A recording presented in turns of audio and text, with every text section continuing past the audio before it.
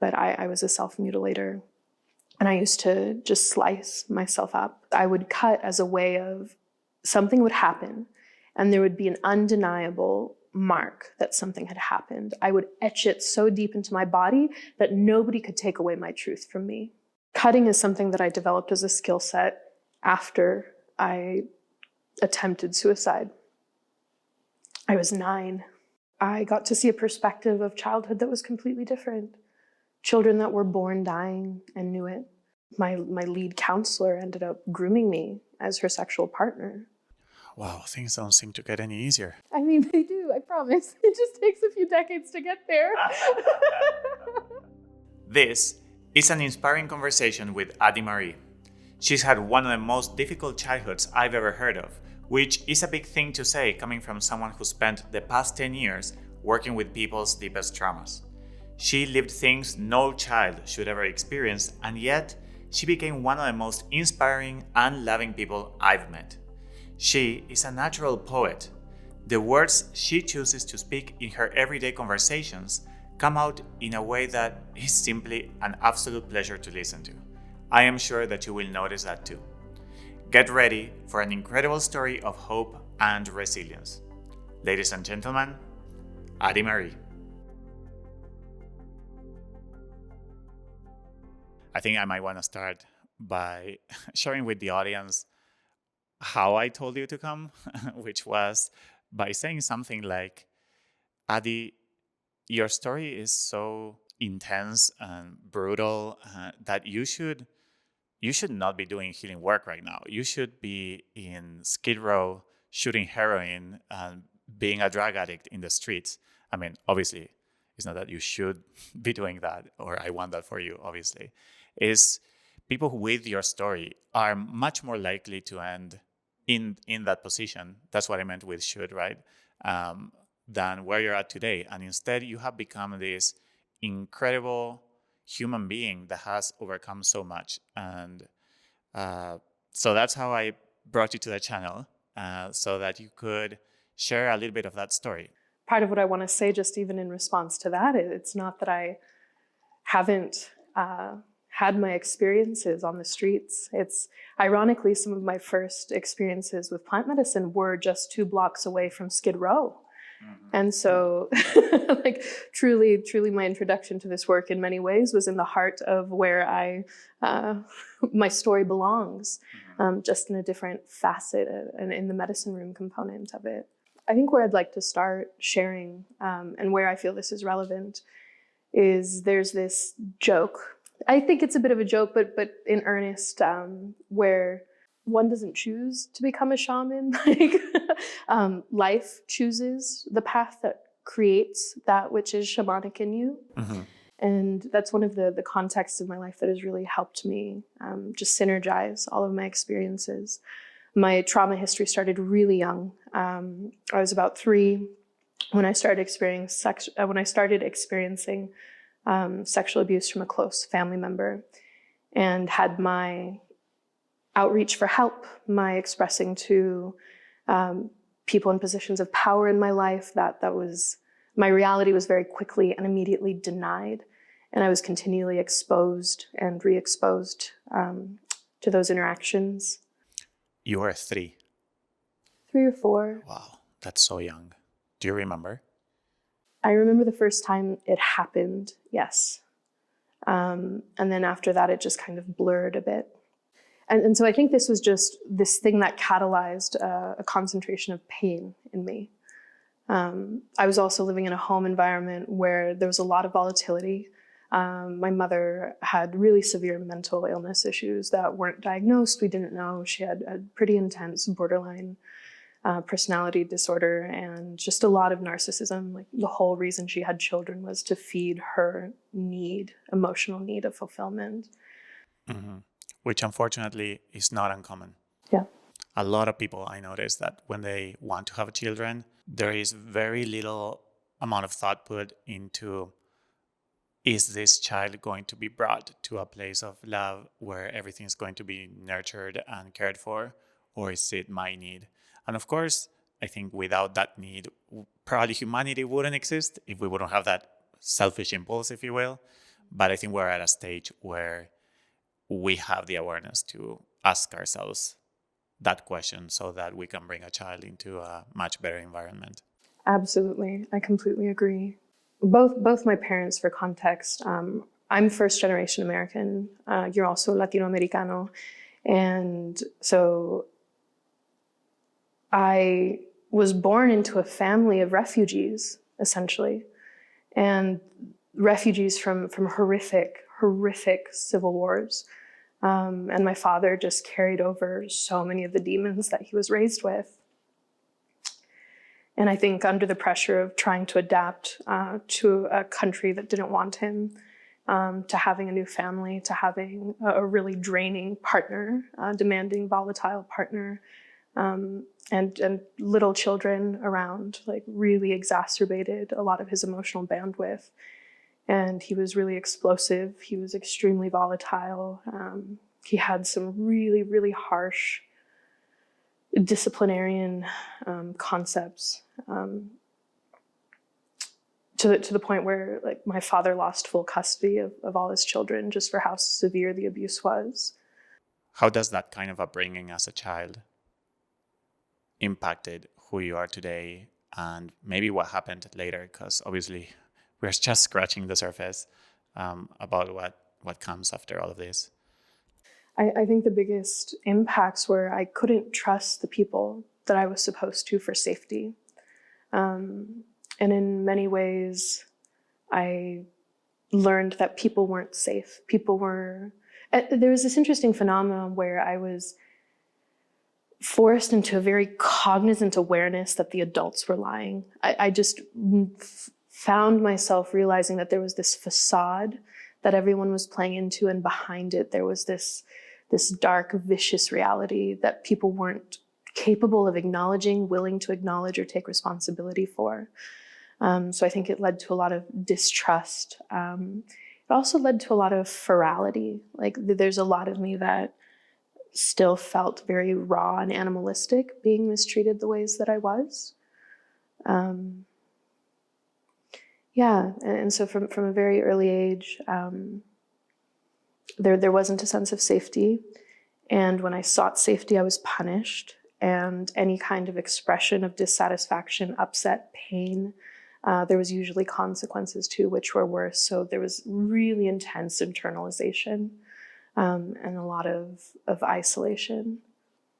Sometimes when I hear these stories, and I know that a lot of people are watching, I am hoping that those who are planning to have children know how not to act, and those who might be doing the things that you are mentioning, or versions of it, might get confronted for a second with a mirror of how that really affects a person. All right, so do you want to move on a little bit further? Yeah, increase the intensity. Shall we turn it up? Yeah, like this is not intense enough, so why not move a little bit forward? Right. So this is all before the age about 7. Like, this is all really concentrated early developmental years. We went through the legal system, and so I was, with my parents' divorce, it was volatile enough that the court systems got involved. And so from the time that I was maybe 9, we were, in police stations, children's court, social worker's office, therapist's office. I was living, circulating, like, really specialized spaces for dysfunction. And as you can imagine, as you know, anybody who's containing that much pain, anguish, grief, loss, it has to come out somewhere. And because I couldn't externally express myself, it turned into a lot of self-harm.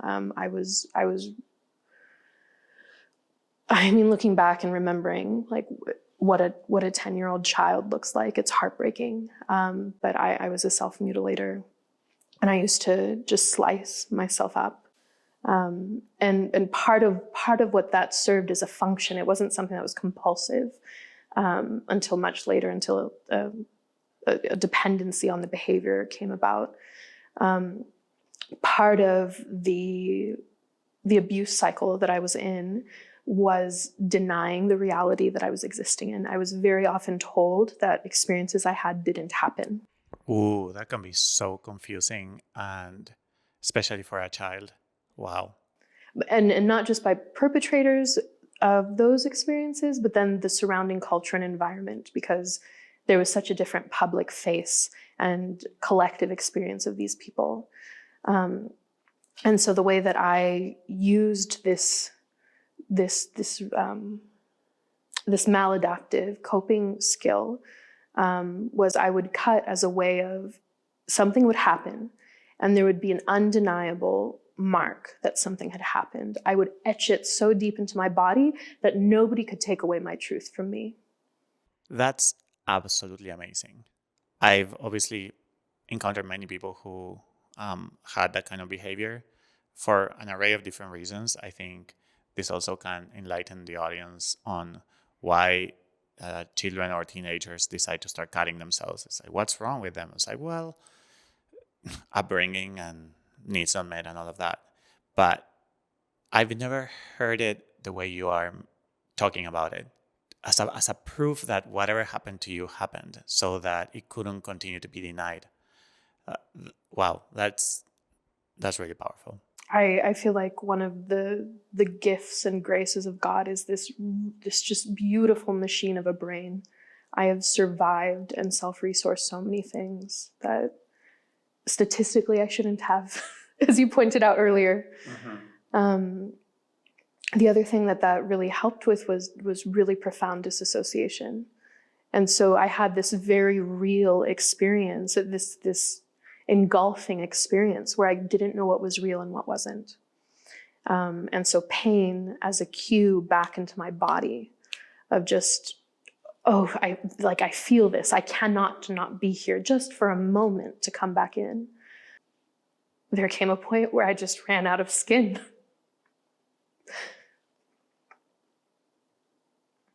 Cutting is something that I developed as a skill set after I attempted suicide.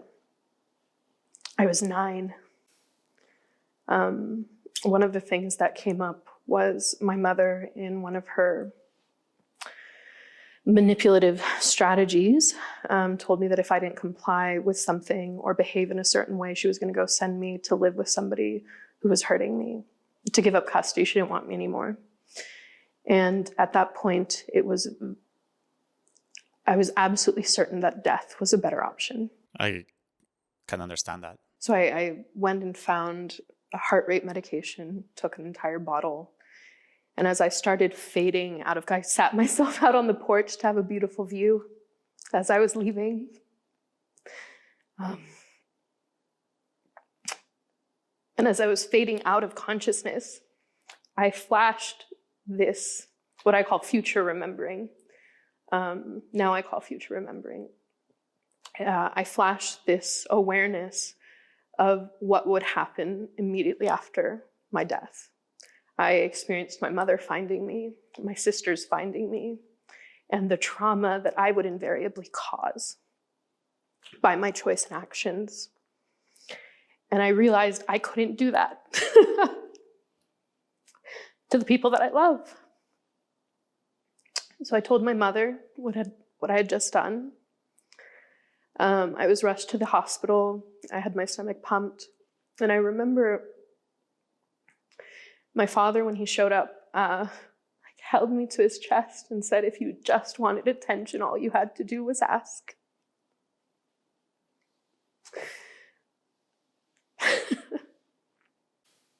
But I remember standing in front of the mirror after several hours. I think they suggested therapy. Fuck's sake, you have a 9-year-old trying to take their own life and you suggest loosely therapy? Sorry, I don't know if I'm allowed to swear. You can do whatever you want. Yeah, and I just remember looking in the mirror, my face covered in charcoal, and just promising myself that no matter how bad it got, I would never cross that threshold again. There's a lot of people that struggle with suicide. And I think there's no better person than somebody who not only struggled with it, but attempted it, to convey that message. So I think just by you naming that, who knows if you're saving a few lives in this moment. So before you continue, I just want to acknowledge that little girl that had it so rough and that had these thoughts that should not be in first in anyone, but especially in children. And I'm so grateful that she had that vision and that she decided to abort the mission. And that she had that moment so that you could be here to not only save a few lives maybe, but also share your whole story. And as I said at the beginning, share who you became, because I promise all of you that I know that this is intense. I think it keeps getting even a little more intense. But it does have, I have to spoil the movie. It does have an amazing ending. As you can probably already notice, this woman is a shining light, and we will probably talk about, if you will, all the gifts that came from all of this, the resilience, and who not only who you became, but what you are sharing, just sharing who you are today. I notice the impact that it has on people. So just stick a little bit around, and so you can find that out too. You do trigger warnings in the beginning or content awareness? I mean, this is a healing channel, right? In order for some healing to happen, there's wounding needed as well. So yeah, I guess people maybe wound awareness. Yeah. I think people know what they are getting into. That moment didn't resolve my relationship with suicidality. It's a relationship I've carried my entire life. And we can talk a bit about that later, and how I use it as a tool. An early, or it's become an earlier alert system to when I'm in conditions, environments, or patterns that are self-detrimental. So it's actually become a very powerful skill set. I want to just repeat that because it deserves a moment of attention. Suicidality is an alarm system that lets you know that the environment or the situation you're in is detrimental. Mm-hmm. And that or the pattern. Or the pattern, and that you must get out of there as soon as you can, or do whatever it takes to change it. Mm-hmm. That's beautiful, powerful. I am assuming then that suicidality is still part of your life. Yes. It's something that occurs at different intervals, at different frequencies, at different intensities, depending on how much I push past my own intuition, my own communication, my own self-awareness, and just pushed forward in a direction. The other thing too that I think it has become for me is recognizing when a part of me is ready to die. When there's a part of me that has served its purpose, that is asynchronous with the thing that I'm growing into, and really communing with it and giving it the space to grieve all the dreams I didn't get to have, to grieve or be in volatile anger and rage about all the things that feel unjust or wrong. But I've learned to communicate with an increasing fluency over the years, not to see it as something to mute or dampen or put away or hide, but a really powerful ripstop on the biological mechanism that I feel deserves profound respect, because it will hijack your system if you don't give it the time and space. At least it does mine. I love that. It's like letting it come, confronting it, rather than pretending it's not there or muting it. And it's not that one day I just learned or decided, you're my friend now, we're going to have this relationship. That was a really slow progression of accepting this mental health, this condition that kept arising. And I started trying to interact with it, like really speaking back to those voices that were insisting, the visions that were coming through, like it really was an extrasensory experience that would occur. And initially I started trying to give it creative exercises. Well, okay, let's say we do. Like, build me the best guillotine with everything we have in the house. And so I was doing whatever I could just to prolong action. And one of the things that I started doing was putting myself in physical conditions or in physical environments or activity that required my participation to strongly choose life. Can you give an example? So one of the things that I started doing was I would go to the ocean, and I would, when I was really feeling overwhelmed, there wasn't anything I could do to make it subdue or quiet down.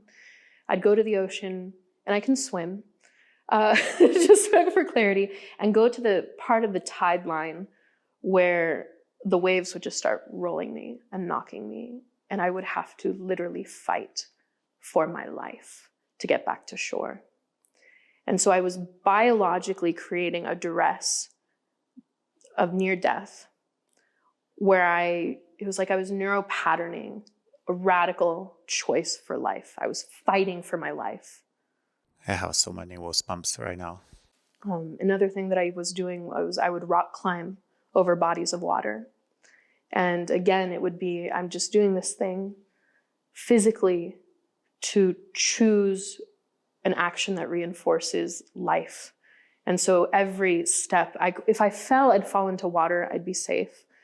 But that moment where you're weak and you want to let go, and every fiber of your being somehow coalesces together to keep climbing. Should I say don't try this at home? I don't think they can at home. There's bouldering gyms. Find your own life-affirming physical practice. These are great tips, by the way. I never heard any of this before. It's really amazing. Well, and that's why it feels important. People know how to get you as far as don't do it. People know how to stand with you and be with you to keep you distracted. But I don't feel like there's enough skill sharing about how to deal with this very real thing. In my immediate family, we've lost, in one generation, we lost 8 to suicide. And so it's an increasing, as mental health distress increases, as people feel more isolated from their communities, as people feel more digitized and disembodied, I feel like these kinds of presentations need palettes of modalities for people to proactively participate in repatterning that mechanism. It's not just, well, please don't do it. We love you. We care about you. Yes, of course. But how does a person take back their agency and their sovereignty and learn to work with this thing that is inherently a part of them? Turn it into a gift, turn it into a superpower, turn it into a language of embodiment, not an oppressive thing that has dominion over you, which is how it starts off and presents. What a perspective. You are bringing these perspectives that I have never heard before. And I've heard a lot of things. So thank you. All right. Do you want to move into teenage time? Yes. After this suicide event thing, that's when I started self-harming. And when I got to the point where I ran out of flesh, as I said, there was no more space for me that wasn't either scarred or healing. I just started getting more and more violent with outbursts of anger. I started leaving the house and sleeping on the streets. And it got to the point where, I was institutionalized and hospitalized for psychiatric care. How did that happen? Who decided that? Was it against your will or not? I don't think I had will at that point. I'd given up on the capacity to believe that my will had anything to do with life. I was at a store with my mother, and she was just so angry at me for not being able to just be okay, to not just present normalcy. And I don't quite know what came over me. I used to have this dark black hoodie and sweats that I'd wear no matter the temperature outside, just to cover up any sign of what I was going through. And I just snapped. And I was like, what do you mean? Can't I just pretend? You have no idea what I'm even going through. And I took off my hoodie, and it was just the full wrist to shoulders on both sides. And she was stunned and just broke into tears, and ended up taking me to my psychiatrist that night. And he recommended immediate hospitalization. But this had already been going on for 2.5 years. It's everything is incredible. But what I was referring to is that a parent can be so dissociated from what's really happening with their children. Like, to not notice it is. I also have, at the same time as I'm saying that, some weird version of compassion for a parent who cannot see that. It's not weird. It is compassion. It's just a lot of people who are not very familiarized with how you can be compassionate even with the victimizer, because they are victimizers, because they are also victims of who has been victimizing them, and then they just become clueless or blind, and then they repeat the same thing, right? So I do have compassion for that, and at the same time, I'm so amazed that you cannot see that. As I've gone back to my parents and tried to do repair work, recognizing that in many ways I'm just light years ahead of where they're at, and that I don't require their participation in my healing. I would love for them. I have dreams, I have visions, and I cry around the desire for them to be able to meet me in that place of reconciliation. But I don't require that to fully reconnect all of myself. That's also one of the reasons why I think it's important to share these stories, is because we don't need the person that we need an apology from to heal, and we can be independent of that. Otherwise, if you would depend on them, then you would never heal, because they don't have the capacity to give you all of the unmet needs and acknowledge you for all the things that they have done.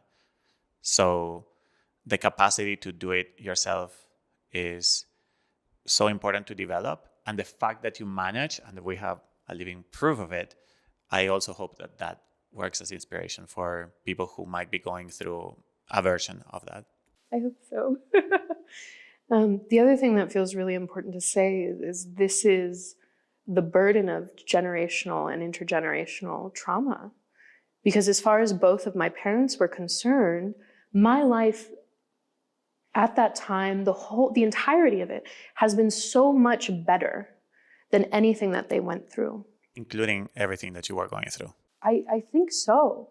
I mean, Wow. Objectively so. They weren't experiencing the specific unraveling, el desarrollo of my life, but the brutality of the Latino culture is vicious. Like, there's so much pain that I have around a culture that has survived colonialization, genocide, what those survivors then took in as a part of their identity, and they're just recapitulating this internal violence amongst themselves. And what a blessing that I have this outsider's perspective as being raised in the North American perspective to who I am in my cultural history and identity. But for them, they were within that infrastructure. Yeah, I see what you're saying. I mean, there were literally death squads. There were literally piles of bodies left on the streets of the children and the youth. People were taken in the night and black bagged. Like, this is still happening out there today. There are people who are still surviving that epidemic.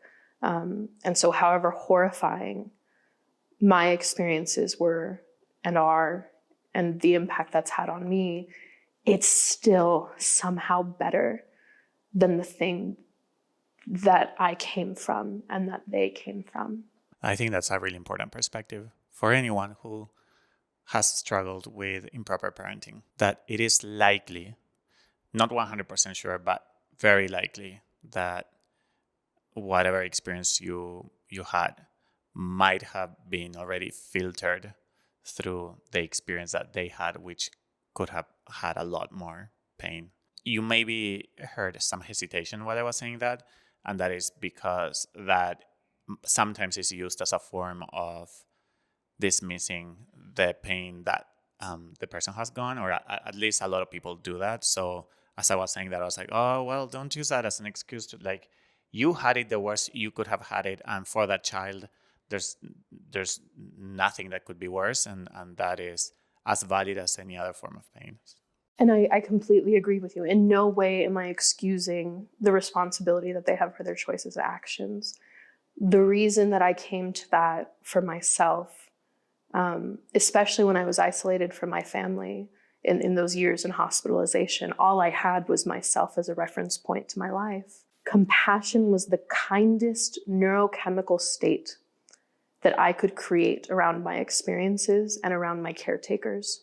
If I remained seething in hatred, if I remained in the confusion of why did I deserve this? What did I do to be treated this way? All I'm doing is poisoning myself. There are no answers. What would you say to anyone who is asking themselves that question? What did I do to deserve this? Because this is a question that's in so many people's heads. Probably most people, I would say. I had that question, and sometimes I get it still. And I have not had any of this kind of harsh upbringing. So I think I would love to hear it from you. What would you say to people who have that question in their head? I think the first answer is nothing. Absolutely nothing. No person deserves to be treated in any of these ways. No person deserves dehumanization, objectification, to be stripped of your sense of safety, sovereignty, choice in life, to be tortured. There's no reason why. You did nothing. It is the inherent nature of the world. Violence, confusion, learning through these horrifying pains. And it doesn't make it okay. It doesn't make it easier to live through. And from that perspective of this is just a thing that humanity is collectively working through to resolve, the question that I've chosen for myself instead is, what a big life you've chosen. What strength you must have. Again, these are just my own tools. And I think a lot of this, what it really comes down to is you have to make your own personal mythology. You have to connect to the part of you that, me, Adi, is a singular experience. I am a limited time experience of the human condition. But when I zoom out, what is my soul doing? I signed up for something profound and immersive and being consumed by fire again and again and again. But those are the stories I've told myself about my life, because no matter what, all you're doing is telling yourself a story. At the end of the day, telling ourselves a story. So even the answer to that question, what have I done to deserve this, or what did I do? Any answer that can come to that is, at the end of the day, still a story, which might be believed or not. And so I think what you're saying is that you've chosen to create stories that are ultimately beneficial to you. Because at the end of the day, if you say, well, I guess I'm undeserving, or I am unlovable, or I am this, or I'm that, that is also a story. One story is not necessarily more valid than the other. And I actually were to say that I am unlovable or I am undeserving is probably not only not serving the person, but also false. Right? So, well, and even in the same question of what did I do to deserve this, if you just change your tone and perspective, who you're asking and with what animals, asking divinity, why did you choose me? How did I prove my worth to deserve this, to transmute this part of the human condition? wow. That's so, oh my God, this is so many gems you're dropping here. Sometimes I tell people that the answer to that question is because you do have the capacity to transmute it. And if you wouldn't, then it wouldn't have been you. And whatever people are going through at all times, yeah, it's a form of being chosen because they can transmute it. That's also a story, but it's a story based on the things that I have seen in, I think, in everybody, including myself, that even those moments that feel insurmountable or unbearable, or that they're just going to break you, that even then you can still have the capacity to recover from that and transmute it into something beautiful, which I'm really looking forward to talking about that soon. I think we have one more phase before we start bringing some light into this, which is when you got institutionalized. All of this were the conditions that then led to me spending from the time of 12 to 17 in lockdown psychiatric institutions. I spent 1 year in there in a medical hospital. I already want to, I'm sorry for interrupting, but I just want to ask the audience, what were you doing between the ages 12 to 17? Just to put it in perspective. I was in school, I was learning about myself, I was playing drums, I was playing guitar, I was swimming and running, and obviously I'm not, you know this about myself, and I'm not throwing this to your face. I'm not, as we say in Argentina, counting coins in front of poor people. This is my intention is quite the opposite, is to kind of bring back to people to those moments in their life, so that this has the impact that actually has in me, which, because I do have that awareness of, well, 12 to 17, I remember what I was doing back then. And yeah, those are such sacred years, right? And you spend them institutionalized. But I agree, they are such sacred years. And it's the time where we figure out our social context. We start forming our identity. We start learning who we are within the unit of a culture. I just happen to be attuning to a very specific kind of awareness to society and culture. But yeah, I do feel like I missed, there's a lot, not that I missed out, there's a lot of things that I can feel my otherness. There's just a lot of things I can't relate to. Yeah, I think if anything, just remembering the grace that we each have such different formative experiences. I think that's something important to be always considering. Every time we deal with anyone, we don't know their story, and we don't know the challenges they had to overcome. And maybe they didn't overcome all of them. And part of the things that we get mad at or angry about, or maybe that person hurts us, can be also seen through the lens of the challenges that we don't know that they went through and are continuing to deal with. So ironically, when I went in first hospitalized, I had this issue, like part of my disassociation became compulsive lying, like pathological lying. If my reality didn't matter anyways, I could create these big elaborate stories that at least were more comfortable to pretend to exist in. And one of the ways that this showed up was during my intake, they wanted to know my drug history. I didn't have a drug history, but I told them I've done everything. Pretty much the opposite of everybody, where they have done everything. I was like, no, I have done nothing. Yeah. And so it created this really interesting, like, alternative narrative that I got to experience that maybe I wouldn't have, that I feel like deeply informs a lot of my compassion and skill set that I get to be in now. So part of being hospitalized for adolescents with chemical dependency is they start taking you to NA and AA meetings.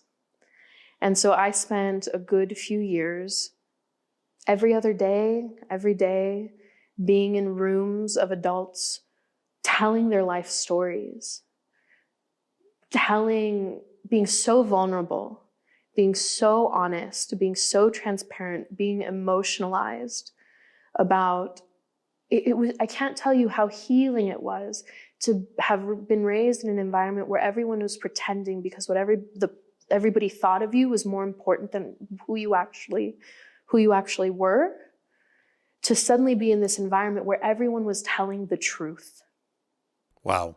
It was a phenomenal prophylactic for whatever drugs were offered throughout my life, of just being aware of what these substances had done to people when they turned to them for help. So when I came later in life to be offered or to be in environments where that was more present, I just had this rich body of knowledge of people who had fought tooth and nail to reclaim their lives from substance abuse and chemical dependency. Really, I think it's just horrifying, more than anything, horrifying what we do with the broken children. And however much my life was hard, I heard things that were absolutely horrific, absolutely horrific. And as I come more and more into adulthood, are profoundly more impactful, because now I understand what it would need to be an adult to perpetuate these things to a child. But at the time, these were just my friends. Not really, they weren't my friends. These were my fellow inmates. And I mean, we lived, so in the psychiatric hospital, they were really medication heavy.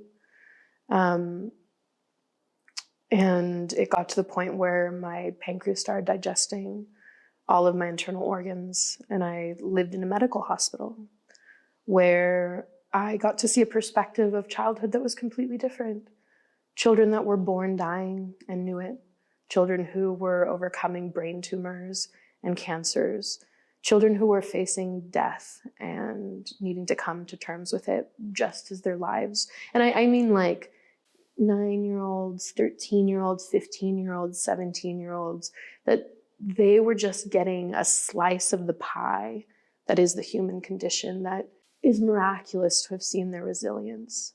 And how could they carry optimism where they were just test subjects every day, where it was just operations and needles and amputations, and still somehow they were just happy to be alive. And so I was shaped by this continual stream of perspectives and exposures. From there, I was moved to a residential psychiatric school institution in Utah. Not the one, yeah. There's been a lot of exposure around these institutions, and essentially, it's, you know, I learned. I wouldn't say I learned a lot of therapeutic modalities there. I learned how to survive under sustained duress. I learned how to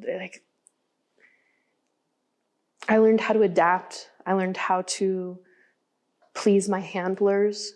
I learned how to respond to social requirements that felt unnatural. Or, and one of the things that occurred there was my lead counselor ended up grooming me as her sexual partner. Wow, things don't seem to get any easier. I mean, they do, I promise. It just takes a few decades to get there.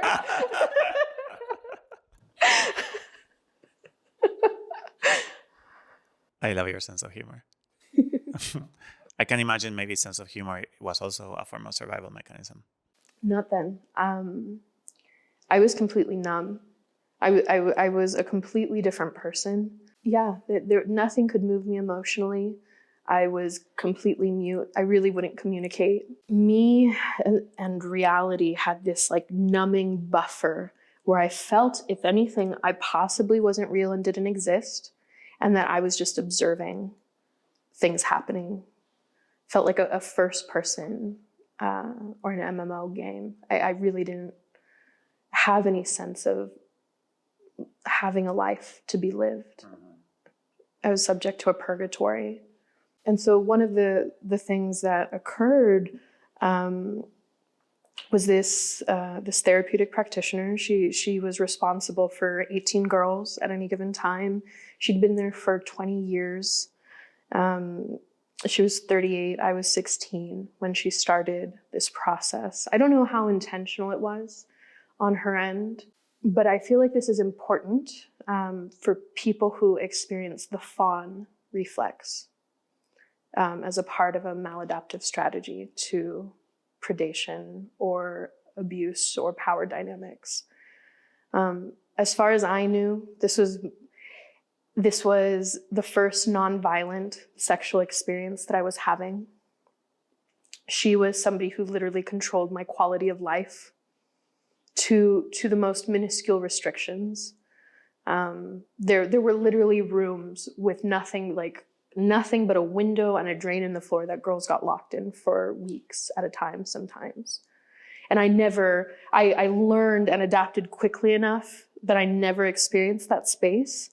But that was a very real looming possibility for any kind of misconduct. Yeah, I was going to ask you that. Was that just for punishment? I think it was for isolation. I think it was for convenience, because there's as much of the individual needs as there is the homeostasis of the larger collective that's living together. I think in many ways they just weren't therapeutically skilled enough for what they were presenting that they were doing. And I feel like a lot of it was just a money mill. One of the great missteps of this mental health institution was they started to suspect something was happening. And when they did, they quickly fired her and then quickly discharged me.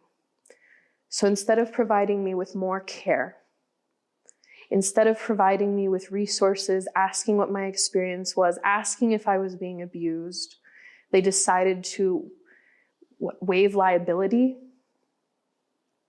by getting rid of me. Oh, God.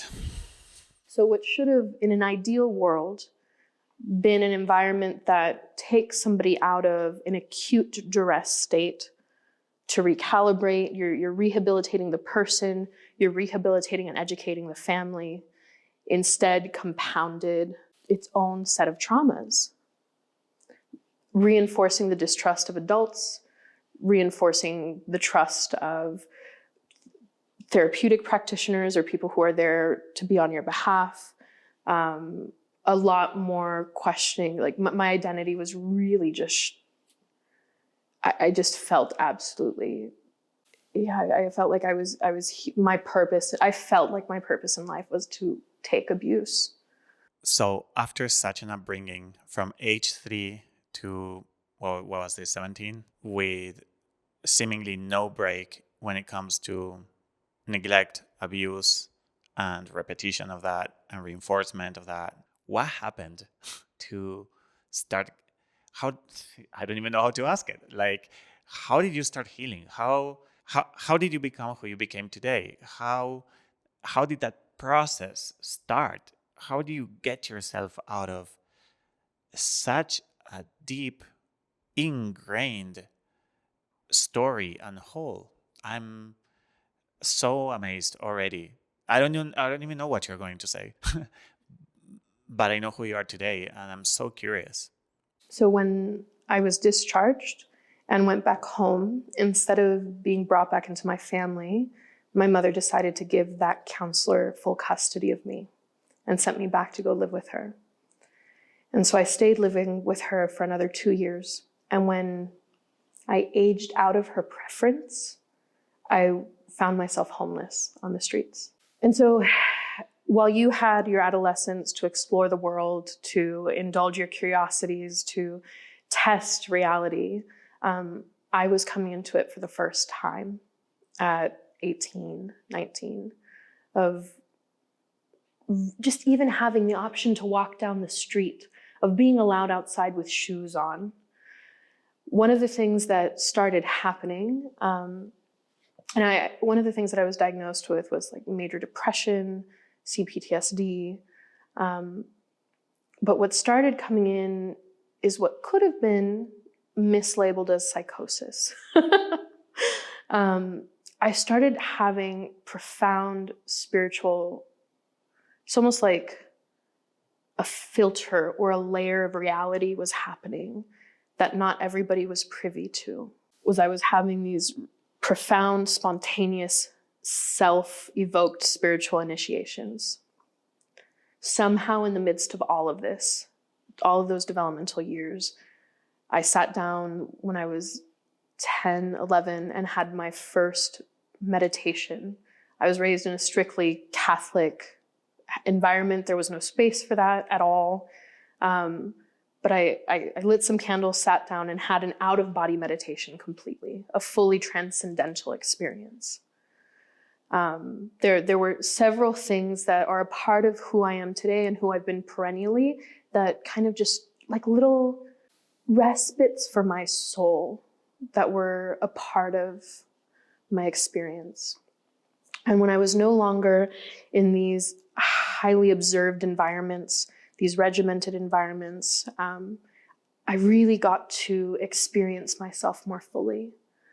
I took to nature. I used to spend days in forests. I used to hike for hours. I don't even know how it happened. Like, I'd start talking to trees, and I'd start just spending hours looking at a frozen river, just trying to notice the current. Part of what happened was because my disassociation was so intense that it was easy to live in this alternate reality. But the biggest thing was I stopped being around people.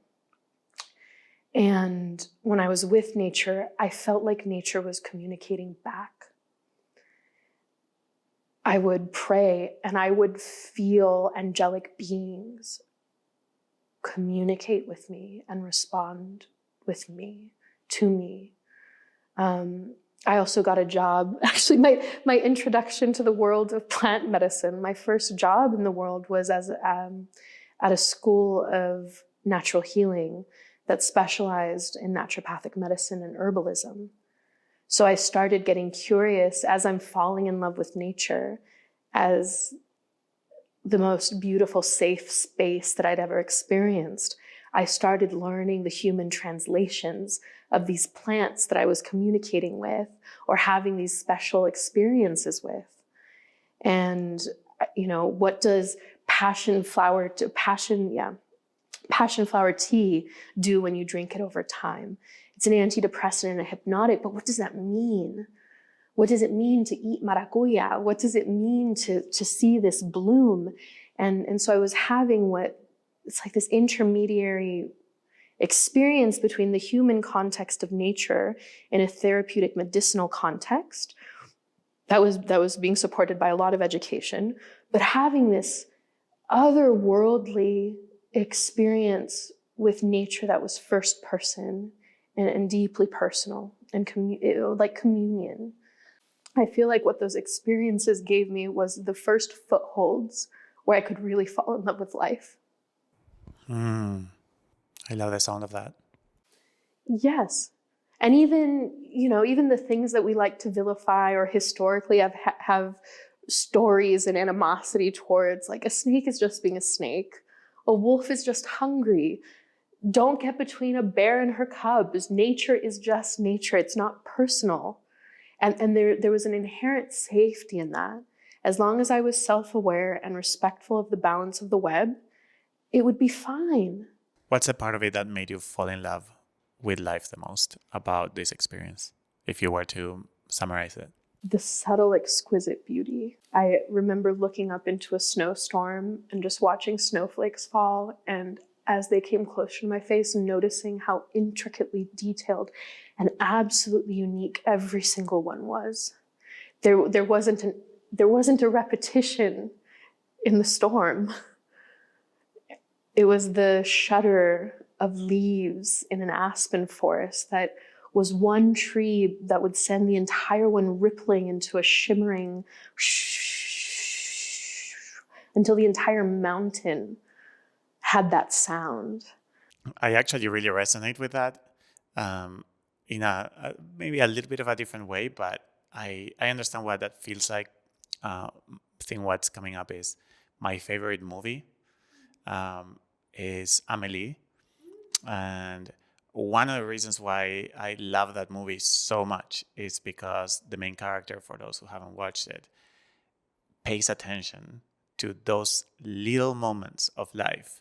The movie even starts with showing all the things that she loves the most, and is to like put her hand in a bowl of coffee beans and seeing how the coffee beans like separate and the sensation in her hand, or how like her thoughts are like, I wonder how many people are having orgasms in this precise moment in this city, like right now.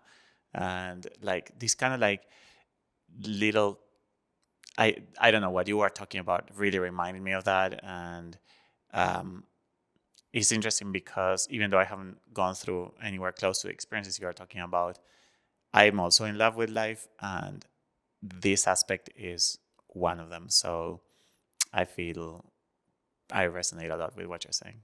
I love that sequence too. Yeah. It felt like the first time I had a context to explore and experience myself that wasn't informed by the human experience. I got to experience myself in a just so much grander context that sublimated everything I'd been exposed to. I experienced myself like as an animal in the Garden of Eden every time I stepped into the forest. And that was so empowering and so rich, and it always is as a resource. You ever want to shed being human for a little while, go into the woods. Go experience isolation in nature and let yourself unburden all of these identities and expectations until you are just animal. Would you consider this the beginning of your healing journey? Absolutely. So what else happened? Because I think like, I mean, nature's powerful enough, and I can assume that it's enough to heal a whole human. But I'm also assuming that more things needed to happen rather than just spend time in nature. So I'm curious about more of your healing journey. So yes, audience, whoever's watching this, like we've already reached the bottom. We're going up now. That's actually a perfect transition, because the next thing that happened was plant medicine. But the first thing that happened was winter.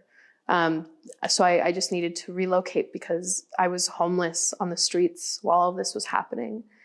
I was also experiencing a lot of human kindness and compassion, which was really new.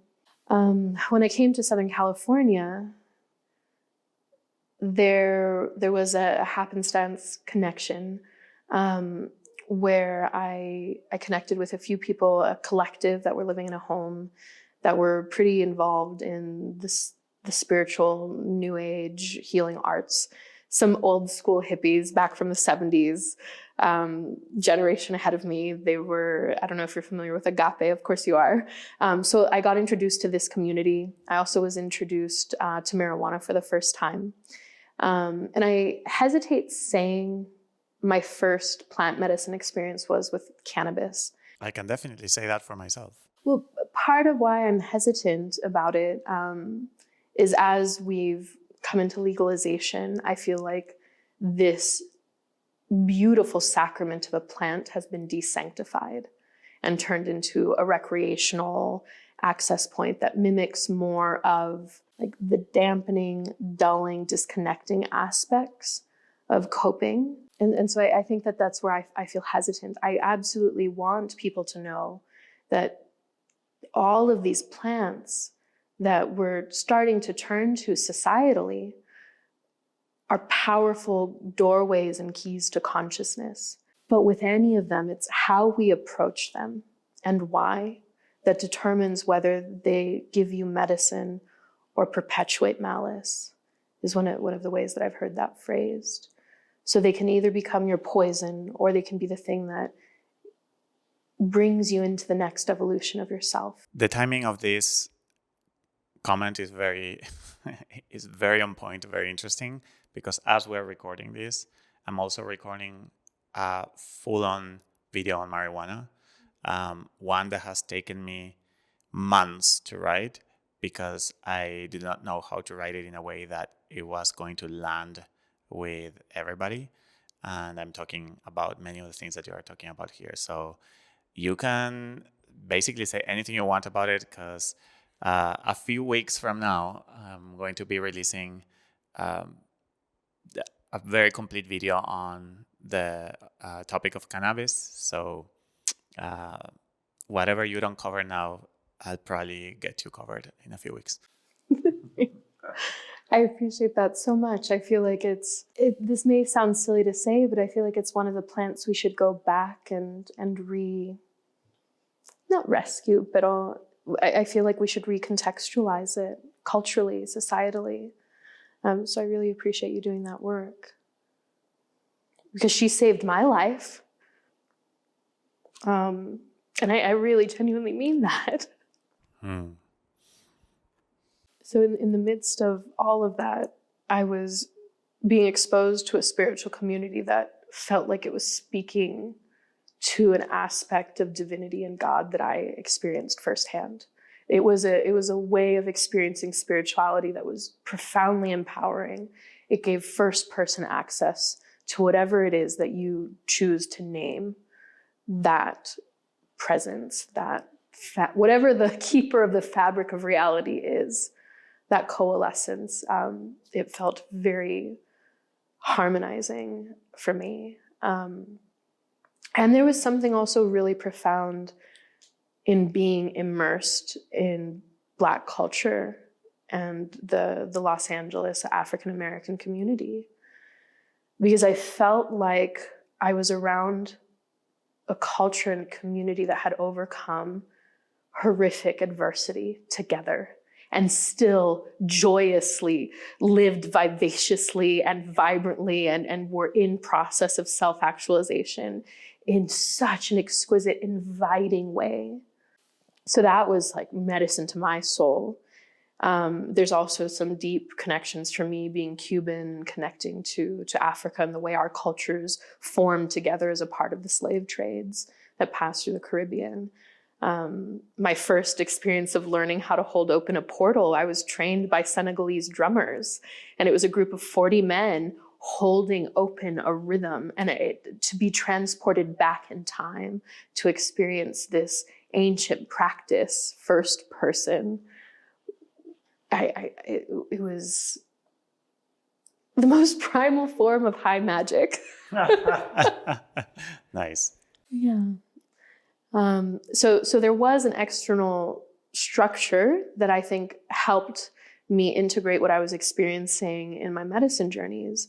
So I'd wake up every morning, and at the start of my day, I'd roll myself a blunt and put a guided meditation, like a 90-minute chakra meditation on connecting to your primal power.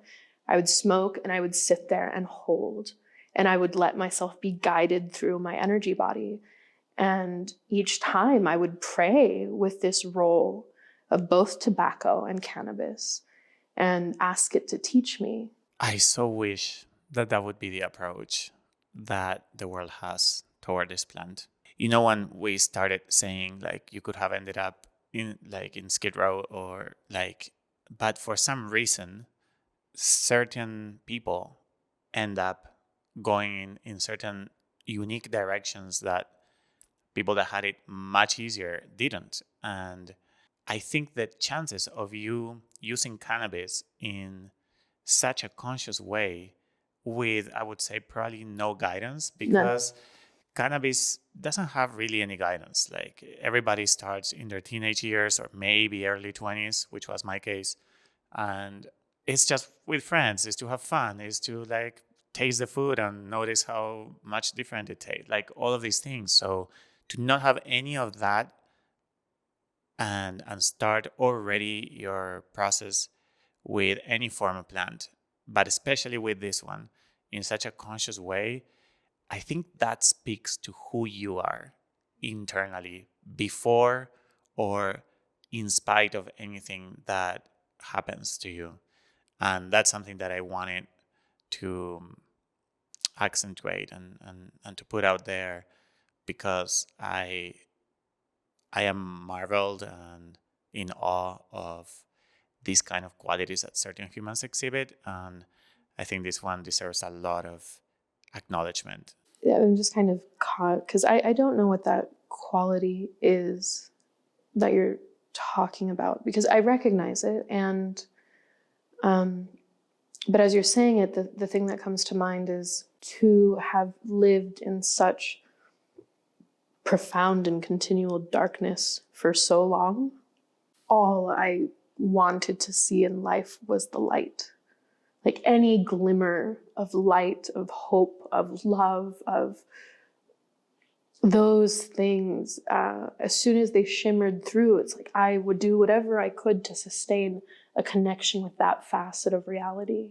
I mean, I don't know if it's blasphemous for me to say, but I feel like I was in a dieta with cannabis in a way. I was in this exclusive relationship with a plant teacher who was giving me revelation after revelation and activating gifts within me. I was meditating with it constantly. It wasn't an environment that necessarily fostered that kind of relationship with it, but somehow I still maintained that container, that dynamic. And as I started doing more of these embodiment practices through these meditations and with cannabis, I started feeling myself ripple alive in a way that I never had before. And the sense of having almost like extrasensory perception is a way of quantifying that. And spontaneously, what started occurring was I would feel novel pain in my body that wasn't a part of my ecosystem. It was just novel. I'd be around someone and suddenly I'd be hit with a pain and it would be debilitating. And this was occurring in increasing frequencies for the course of maybe 2 months before I was like, all right, I better start experimenting with this thing because I need to understand what's happening to me.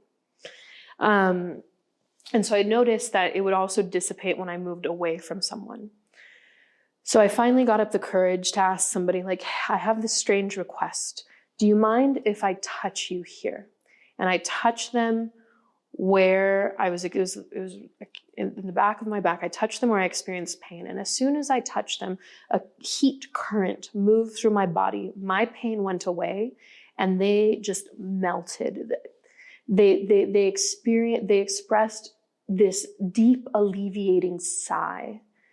And he's like, how did you know? I've been in so much pain there for weeks. That's interesting. That's really important awareness to have. That somehow this communication is happening between my body and another person's body. I didn't understand it. And with a lot of my life and these gifts that come forward, I don't understand them, and then I look for the bodies of knowledge that maybe give them context. Would you call that somatic empathy? I wouldn't have had that before as a thought, but I think that's a really accurate description. Yeah, somatic empathy, somatic resonance. The way that I have contextualized it for myself is that my nervous system was so attuned to other people's nervous system for so long to determine my safety and survival that my field was so big to detect everyone around me and attune to them that when I was no longer in a danger environment and who's feeling unstable, who's feeling violent, who are the risks, this other layer of information was able to pass into me. And so I feel like my nervous system is capable to plugging in to other people's nervous systems. It is how I've trained it now. But in this channel, we talk a lot about how every trauma brings a wound and a gift. And I think this is a perfect example of that. The trauma, well, you talked about it for a while. And the wound is that need to know exactly what's going around you so that you can protect yourself. But then the gift that comes from that is that after that situation is done and you study your healing journey, that skill of being in touch with other people's body experience is still with you. And now you can use it to create good. And so, I've explained this in a few videos, but there's nothing better than a proper example from an actual human living being. And it was. I think with so many of these things, when they shift from survival skills to just gifts that you have in your toolbox, on your bookshelf, in your medicine bag, there's an acclimation and a redefining that you can do. And so a lot of what came next was wanting to experiment and explore more, but then realizing very quickly that I needed an outlet because I was suddenly, people have the expression of being highly empathetic or being really sensitive or permeable, but I was suddenly just saturated with all of these body sensations.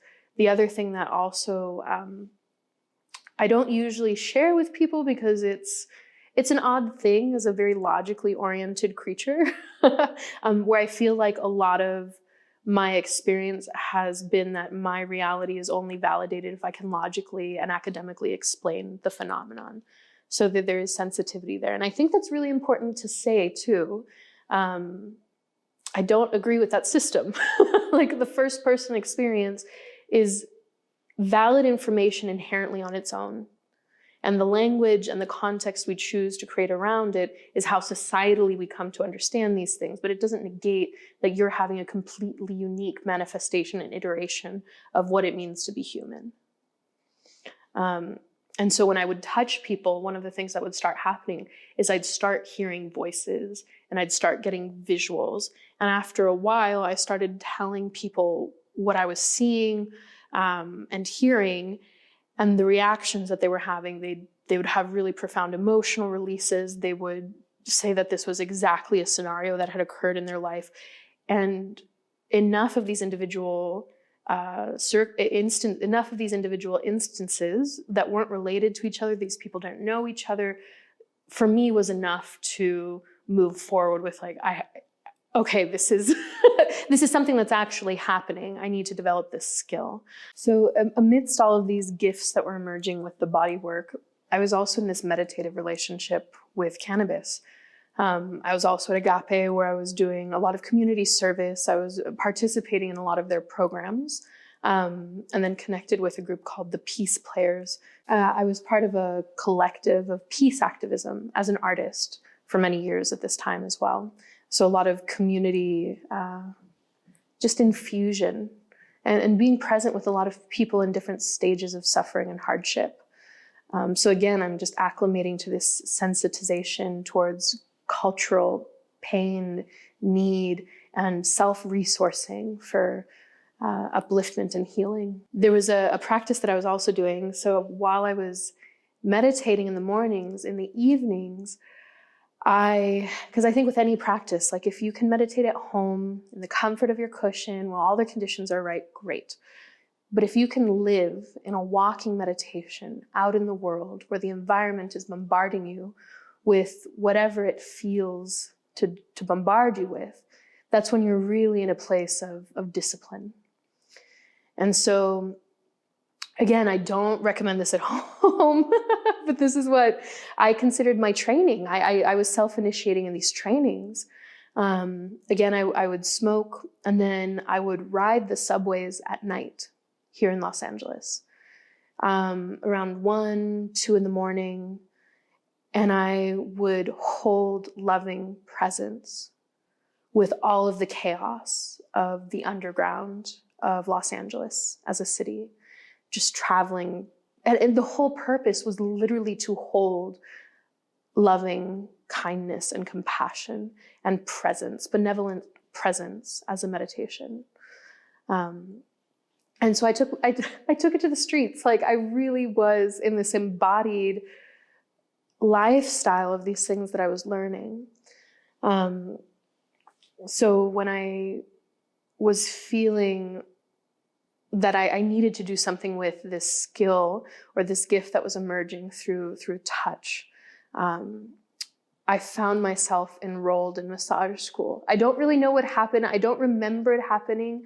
There was a really strange, like portal shift. It sounds bizarre to try to explain, but it was like a time warp, and it felt like a time warp. Where at the end of it, and maybe it's just a form of disassociation, or maybe it was a timeline shift. I don't know. And I think this is the fun of writing our own stories and really taking ownership over our inner narratives. I like to live mythically and magically because why not? And life seems to respond to whatever genre we put ourselves into, whatever story that we're writing. The echo chamber will respond in kind. or so I've come to find. And so while I was doing body work, I went through a year-long training, both in Eastern, Western modalities. Absolutely loved it because I found myself being able to interact with humans in a way that felt really safe to me. It was both extremely vulnerable, and because I had spent so much time in a form of mutism, like I was very nonverbal for most of my life, and such a somatic, tactile creature. I felt like I was able to communicate through touch, and I was receiving all these insights, but I was learning how to respond to them in a physical way that seemed to bring about relief, resolution, or connection to people that were in pain. And I feel like one of the things that I came upon as a belief system for myself when I was in the psychiatric hospitals was, if there was less pain in the world, there would be less violence. If people carried less suffering, there would be less enactments of violence against others. And I felt like I was participating in remedying the system that had caused me so much pain. Even if it was incremental, even if it was just barely, marginally, person at a time. So after I went through my licensing process, I started specializing I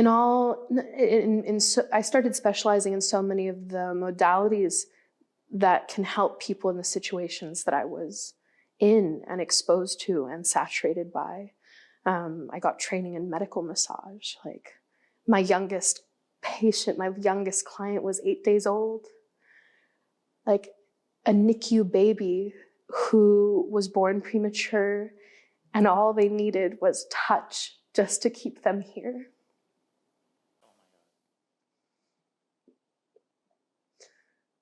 And I've worked with people who are 98 and 80. Like, I've worked with people on the other bookend of life. I've worked with every flavor of human iteration in between. And really what I'm doing is just giving them compassion for where they are in the human condition. And of course, I'm able to work with pathologies. I'm able to work with medical presentations, with injuries. I'm able to do technical things. But at the end of the day, what I'm offering is intrapersonal compassion. And what happens in those states when someone is held in that way is the body is able to relax and release into a state of self-regenerative healing. I'm, as a practitioner, not doing anything. I mean, not that I'm not doing anything. I mean, I can work 10 hours on a single person at a time. I'm definitely working, but I'm not. My role as a practitioner, and I've been doing this for 14 years now, so this is literally thousands of bodies, miles of flesh. My hands have tasted so many variations of musculature and organ inflammation and everything that you could think is wrong with your system. Like, my hands know. They're like a living encyclopedia. What? I love the words you're choosing. Miles of flesh. And it's so graphic and good, and it portrays what you're saying so well. Well, and it's such a gift, my God, to be trusted. And it's an evocation and a prayer that I say whenever I work with a person. Thank you for trusting me. Thank you for giving me the honor of serving you today. Thank you for letting me touch your pain. It's such a gift for people to let me in, specifically where it hurts. It sounds very much like a consequence of everything that you have gone through, where you have been violated, and these boundaries have been violated so much for so long, that for somebody to open up to you is something that a lot of people might take for granted. But since you didn't have that option of opening up, for somebody, and instead you are forced in, right? And in all of the ways in which your boundaries have been violated, I can see why to your system, for somebody to purposely open to you is an honor. And I've been on the receiving end of your body work, and you have said many times, thank you for letting me work on you. And I have to say that until right now, I never truly understood what you really meant, for a few reasons. One is, I think it's because we haven't had this conversation, and now I'm coming to realizing really what these words mean. Or maybe I'm putting words in your mouth that are not yours, and I got it wrong, and I'll give you the chance to respond to that. But also because, at least here in the United States, and especially I would say in Los Angeles, there is a lot of, I would say, fake gratitude. I knew that was not you because I can feel it. But when people say thank you for blah, blah, blah, and that blah, blah, blah, it actually is something that they are doing for you, right? It's almost like I serve you a cup of medicine and then I say, thank you for drinking this. I know why I'm saying thank you. I'm saying thank you for healing yourself, which ultimately heals the world, which is part of what I want to see.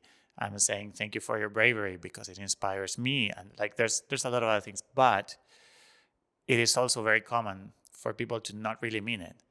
So I think as a foreigner living in this country, sometimes I am a little bit careful with taking gratitude that might not seem genuine. Of course, with you, it always felt genuine, but I never fully understood it until we were having this conversation now. And so I wanted to mention that and ask you, is it true that that it is an honor for you, at least partially, because they are voluntarily opening boundaries for you that you did not have the opportunity to, so you get to appreciate that so much? I think it's a little deeper than that, actually. I do think that, yes, thank you for the trust is so important when for so many people, they experience touch in a very narrow bandwidth of reasons. I think one of the illnesses in this culture is touch is medical, touch is disciplinary, touch is sexual. And we don't know how to just be touched because we require co-regulation, because it's a part of how we connect with each other. And being Latino, I mean, we have different touch culture, but it's something that I feel like is just very warped, and it's a bit of a touch desert here in the Western world in this way. And so I thank people because it is usually designated for such specific things. I thank them to trust someone to touch your pain. It's just, there's a reason we give oaths to do no harm. There's a reason that there's such high regimented requirements for this work, because every moment is deeply impactful. But I think the deepest why, when I give thanks and why I'm grateful, is I'm thanking God through that person for trusting me and bringing them to me to share a gift of safety within themselves, of embodiment, of communion with their soul and this earthly vessel that we take for granted, these things that we wake up in every day and they think they're ours, but it's really just the wet earth of clay that's come together to form these vessels that we live in and as. I am in deep worship of life. And when a person, for whatever reason, chooses to participate in that through me, whether they know why or not, I'm communing to their divinity, through their divinity with them. And it feels like such a gift to be entrusted with that. Those words are so beautiful. Thank you for sharing all of that. It's so inspiring. How did your healing journey continue after cannabis? Well, there was a point where cannabis very clearly started communicating that our container is over. Like, stop putting me in your body. If you keep working with me, there will begin to be consequences. And I started pushing it until all of those beings and entities just became like very clear of like, you're not listening. Stop, or it's going to get bad.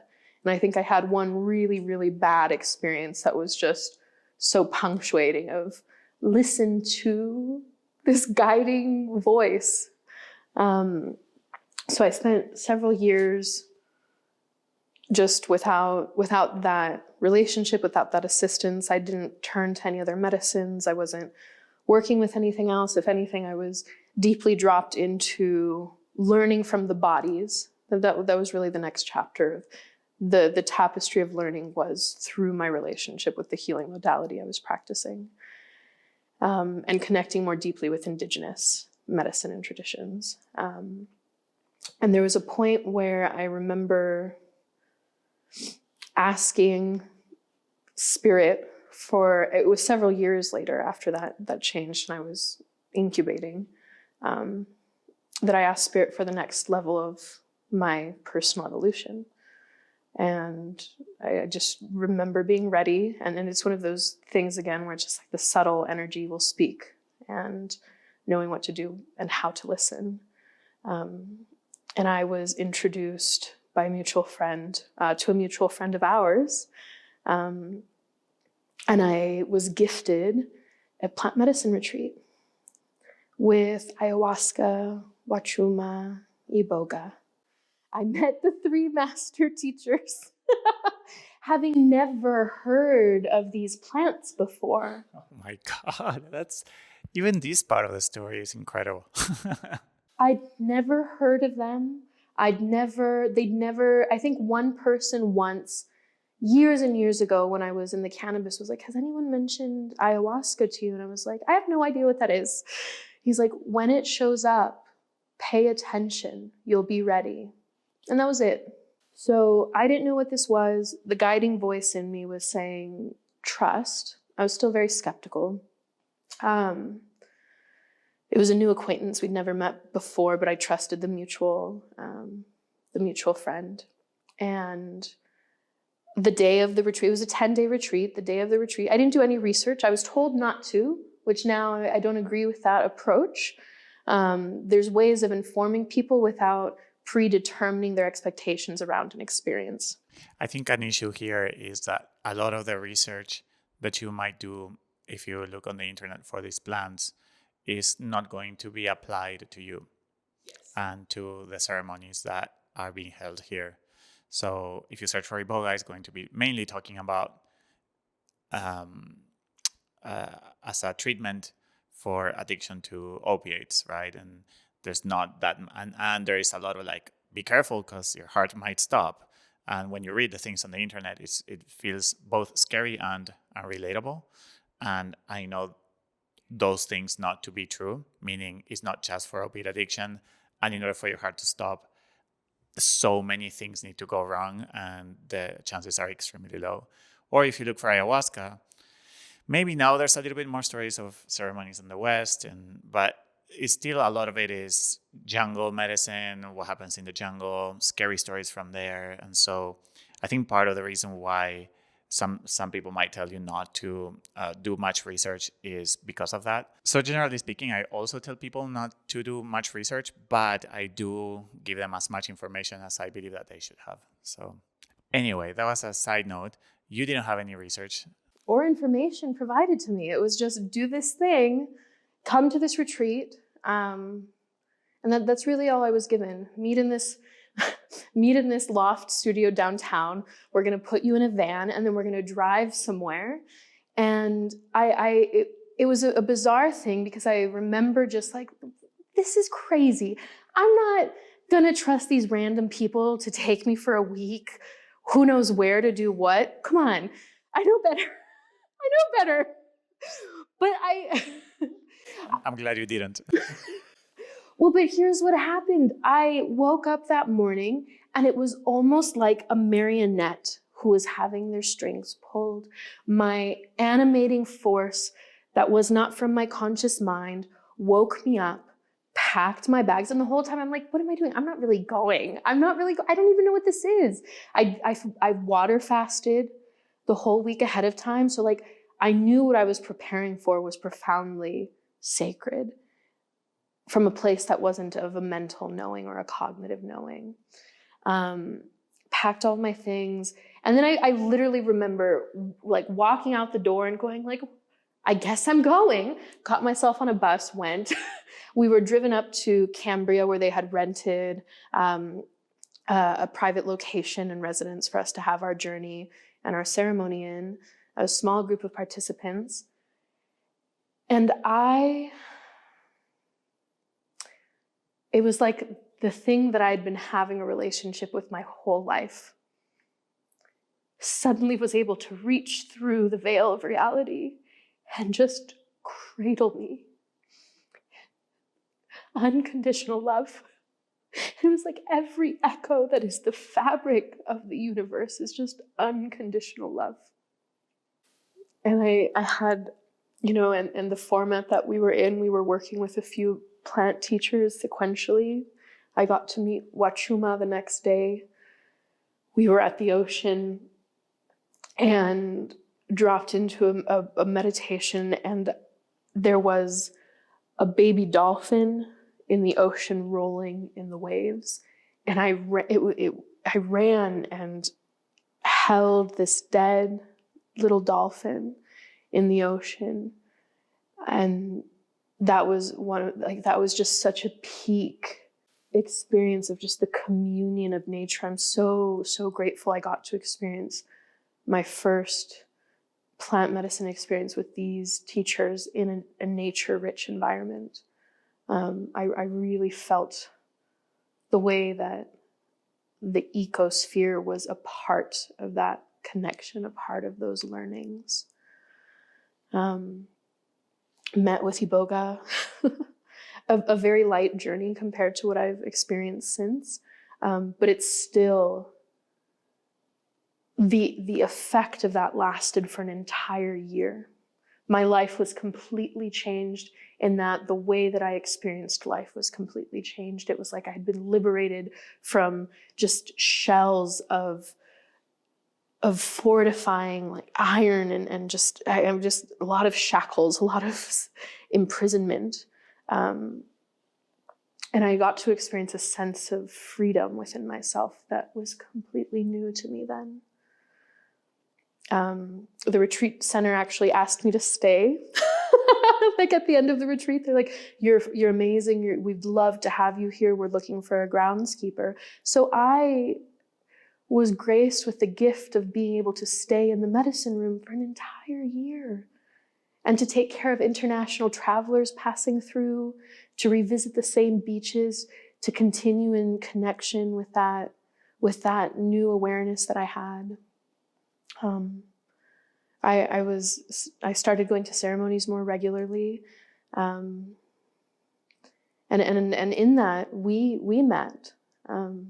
There were several different people from your background and world that I was sitting with. And Wow, this is so inspiring, and it's amazing that you can go through everything that you went through, and then be received by the world and the universe, if you will, with these medicines that finally took those shackles out and help you appreciate a level of freedom that people who are born with it don't get to appreciate. In a way, it's like it's a freedom that you can now own because it was so far away from your reality. I think that's such a gift by itself if you manage to get to that point. And I'm so glad and impressed and happy that you got to that place, because it's very moving and very inspiring. And it really shows that no matter how bad things get for how long, that there is definitely hope and light, and you never know what's waiting for you. And at the end of all of that, yeah, it's so beautiful to see an example of somebody going from hopeless darkness to a place of freedom and light in within the same lifetime. That's already a lot, but within the same decade, I don't know, maybe a few decades, still I can see all the light that it is coming through you and through your words and through your energy and through the work you do with body work and all of your other skills that we can touch upon in a minute. So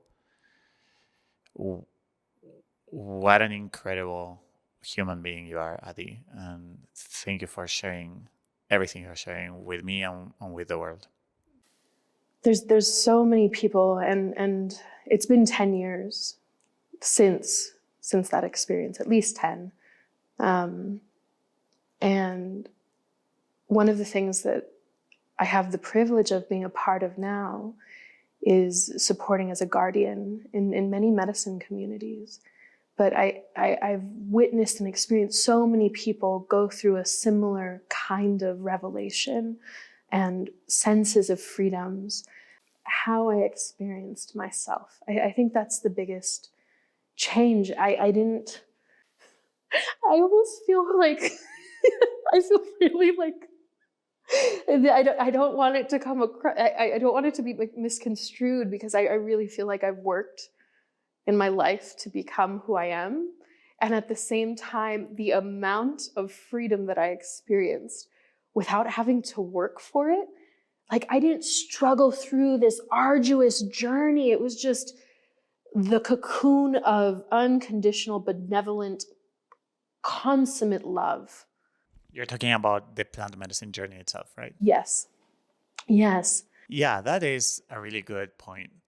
I would like, if anybody with my experience after having seen 10,000 people go through these journeys, if somebody comes and says, hey, this is my story, and it unloads everything that you just talked about, I'd be like, okay, this is going to be a rough one. Like, buckle up. And so I see what you're saying. And yeah, that is very notable. I know people turn to these plants in a sense of like, throw me a life raft. They come to it from a sense of they don't know where else to turn. Not everyone, but a lot of people, it's like they're just in such a place of yearning. They've tried so many other things. And as somebody who's been in this work and in this facet of reality for about a decade, to your comment, it's not that life has gotten easier. I've undergone horrifying things since. I've gone through soul-crushing things since. But the vantage that I have, the perspective that I have, there's just an unwavering awareness that reality is so much more than what we're experiencing at any given moment, that no matter how acute, consuming, I've struggled with suicidality since. Like, it's not that suddenly everything was better, but there was just the ability to rest in natural great peace. And so I think, people come to this as like a one-off. Some people come, there's so many reasons people turn to this work. But once you know that this is a possible essence of reality that you can be in deep communion with, which is the path I've chosen, as soon as I felt this, I kept coming back because it was the first time that I was able to experience myself in my spirituality in front of other people. It was the first time that I felt like I could fully experience the depth of myself around others, even if they weren't aware of what I was experiencing, but that was profoundly healing. So after returning to this work several times, one of the things that the plants, ayahuasca, came to me, you keep showing up. Why do you keep showing up? on my temple steps? Why do you keep knocking on my door? I wasn't coming with big intentions. It's not that I wasn't coming with purpose, but I wasn't coming with something to work on. I was coming to learn. I was coming to experience her. But it wasn't that I even knew how to apply this work in an integrated way into my life. It's like I was dealing with everything else, but here was this one special, reoccurring experience that was the actual truth of what reality means to me. Which is part of why I took so many years away from the work, because I needed to give space to know that the awarenesses and the healing that I'd received were actually in me and not something that I was continually drinking from. I think this touches on a topic that's very important. We were talking about it off camera, which, well, it's about plants in general. And you just shown that your first step to healing was being in nature. Then it was cannabis, and then these 3 plants we're talking about now. So we're basically talking about plants. Plants have been the healing, the common denominator of everything we've been talking about. Plants are here among many things to help us heal. And before we were talking about a little bit around a desire that you wanted to express about the sacredness of all plants and some of the aspects that you have been noticing around the plant world, both plant medicine and not, that is missing. And I remember you wanting to touch upon that. So this is your time to do so. If I were to say I had a religion, it would be plant medicine. We live in a really unique time in which we can all be communicating around our experiences collectively around plant medicine. We have the pre-colonialized cultures around the world wherein most of them had plants as sacraments to help them connect with the divine. But if we look out even further, everything that we have as a species that has brought us into this position of apex power, freedom, is because of what plants have given us. It's the air that we breathe that they're filtering at any given moment. It's that they're processing waterways and giving us clean water. It's that they're literally the atmospheric rivers exist because trees are drawing humidity. Rain exists because of the trees. I think the thing that I've learned through my entire life again and again is that plants are humanity's true parents. They prepared this planet for us. They continually churn its elements for them to be bioavailable for us to process. It's not only the air that we breathe. Every exhale that we've spoken has been inhaled by a plant to give us fresh air again, to breathe and to speak anew. Every bit of fluid that passes through us is filtered through the soil and the earth, and the roots uptake it to grow more leaves to give us fruit.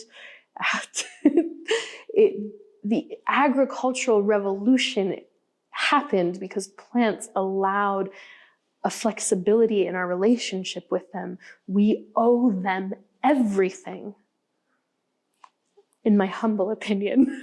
Without the agricultural revolution, there would be no industrial revolution. There would be none of the comforts that we have today. You were talking about power and technology and... There'd be no atmosphere. Why go that far, right? Like, not even human-centric. There'd be no atmosphere. Mammals couldn't have happened the way that we are here. Like, it's truly miraculous. And that we treat them culturally as such a low-level being is absurd and I think obscene.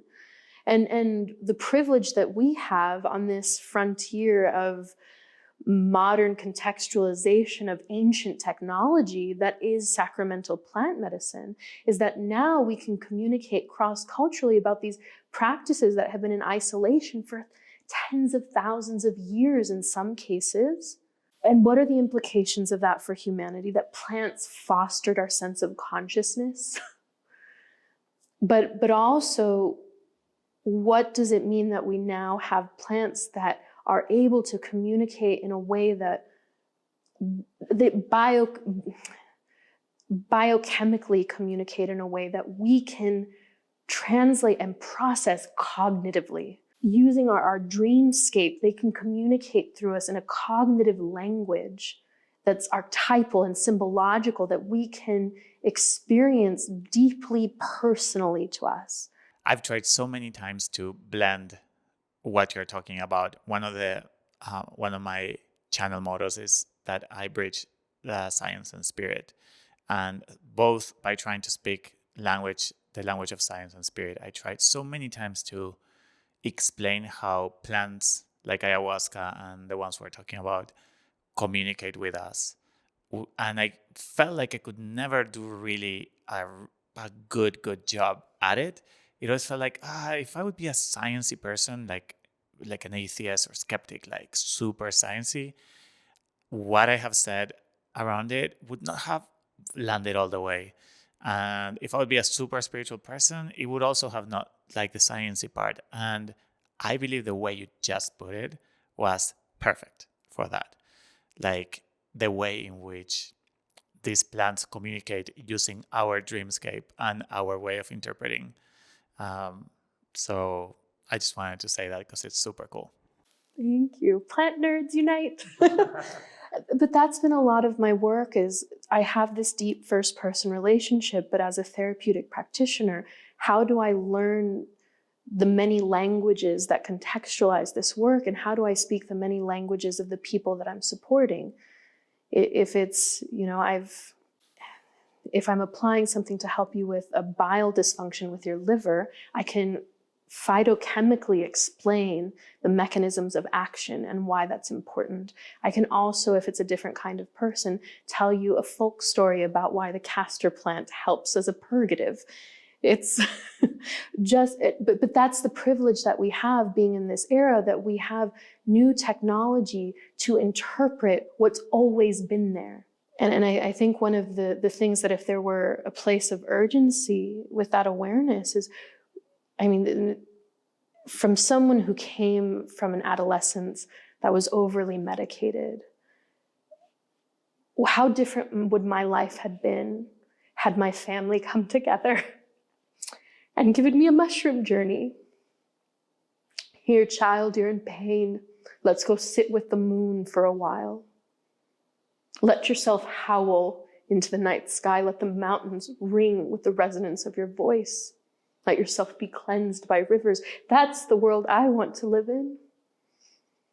Not where children are being locked up, numbed out of their minds. And so whatever edge of that frontier that I'm participating in, I just want to be a part of that reality coming into being. I think, and I know that everybody who experiences your touch and your care and your love feels the same way.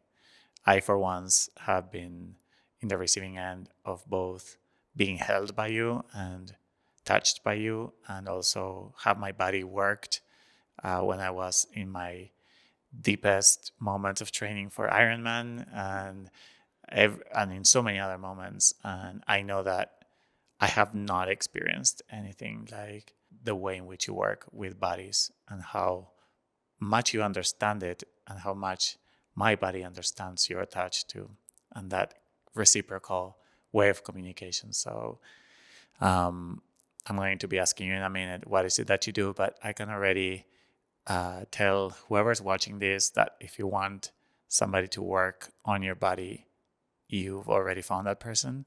And please don't look anywhere else, or you will be doing yourself a disservice. Besides a body worker, I always considered you a natural poet. It's funny because a poet is somebody who sits down and writes poetry. And after meeting you, I'm like, no, a poet is somebody that talks the way Adi does, naturally, in normal conversation.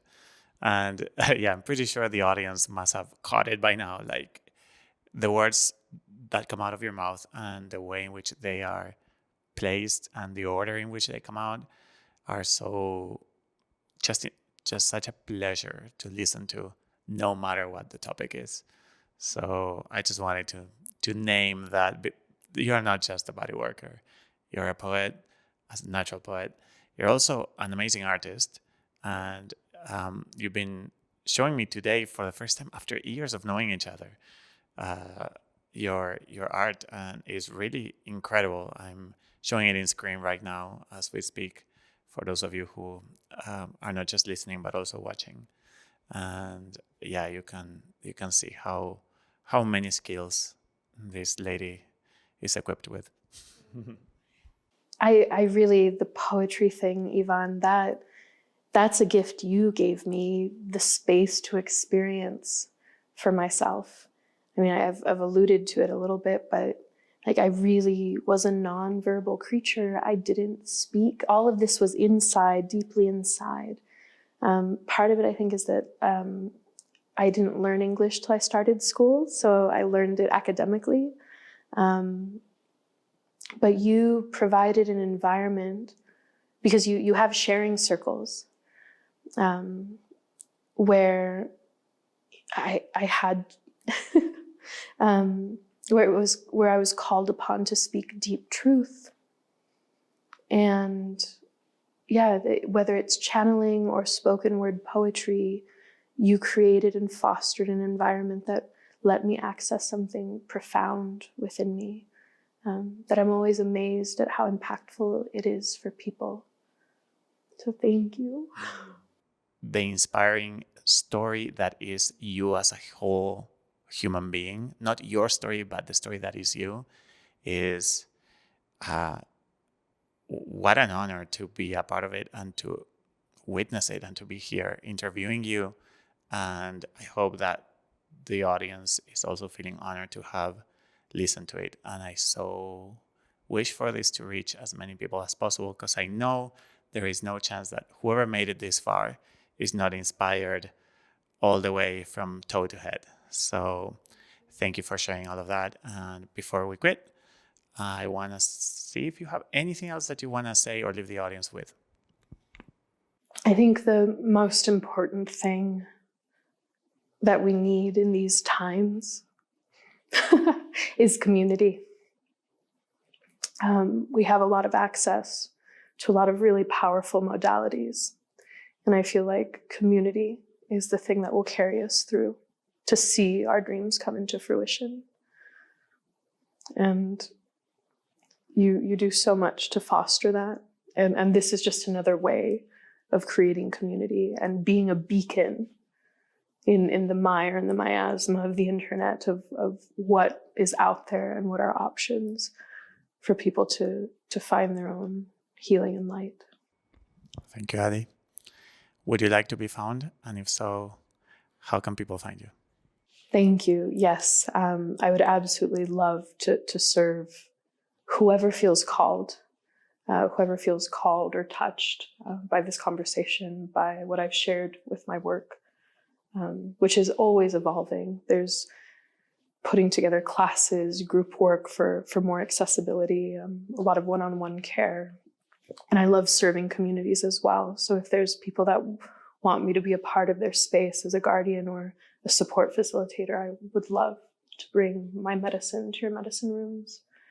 I have a website, Bodywork and Botanicals. That would be a great touch point to get a lot of what I do and to reach out and connect. If you like some more of the visual elements, I am an artist. I do a lot of expressive art forms. Adi Marie is my Instagram. And as somebody who's used the photo journal as a really powerful self-healing tool that has a lot of my journey that I've talked about in photo journal form posted there. I will link all of this in the description of this video to make sure that there's no misspelling anywhere.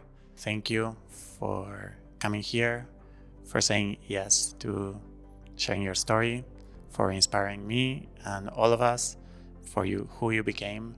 Thank you to those who came before you. Thank you for the trauma that they imposed in you, that you have so gracefully transmuted and transformed it into what it is today, which is a gift to every person that gets in touch with you. So you're amazing. I love you, and thank you for being here.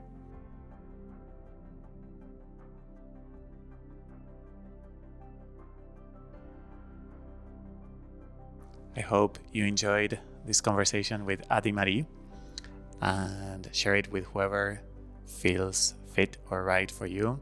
And I will be seeing you next week. Bye. Did you know you could be part of this podcast? If you would like to be my guest, submit your unique medicine or healing story to hello@ivanchokran.com.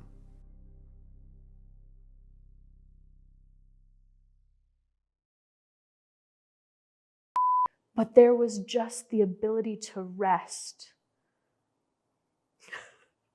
in natural great peace. I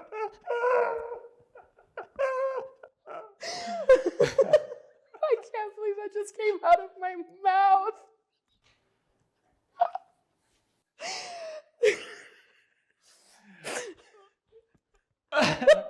Can't come up with that.